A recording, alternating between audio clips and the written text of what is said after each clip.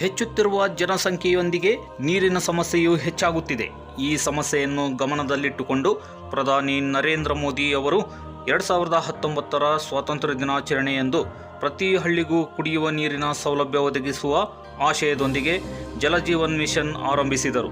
ಆದರೆ ಕೆಲ ಗುತ್ತಿಗೆದಾರರು ಮತ್ತು ಅಧಿಕಾರಿಗಳು ಇದನ್ನೇ ಬಂಡವಾಳ ಮಾಡಿಕೊಂಡಿದ್ದಾರೆ. ಉದಾಹರಣೆಗೆ ಗದಗ ಜಿಲ್ಲೆಯ ಲಕ್ಷ್ಮೇಶ್ವರ ತಾಲೂಕಿನ ಆದರಹಳ್ಳಿ ಗ್ರಾಮದಲ್ಲಿ ಇಂದಿಗೂ ಕೂಡ ಜೆಜೆಎಂನ ಯೋಜನೆಯ ಕಾಮಗಾರಿ ಅರ್ಧಕ್ಕೆ ನಿಂತು ಸಂಪೂರ್ಣ ಕಳಪೆ ಕಾಮಗಾರಿಯಾಗಿದೆ.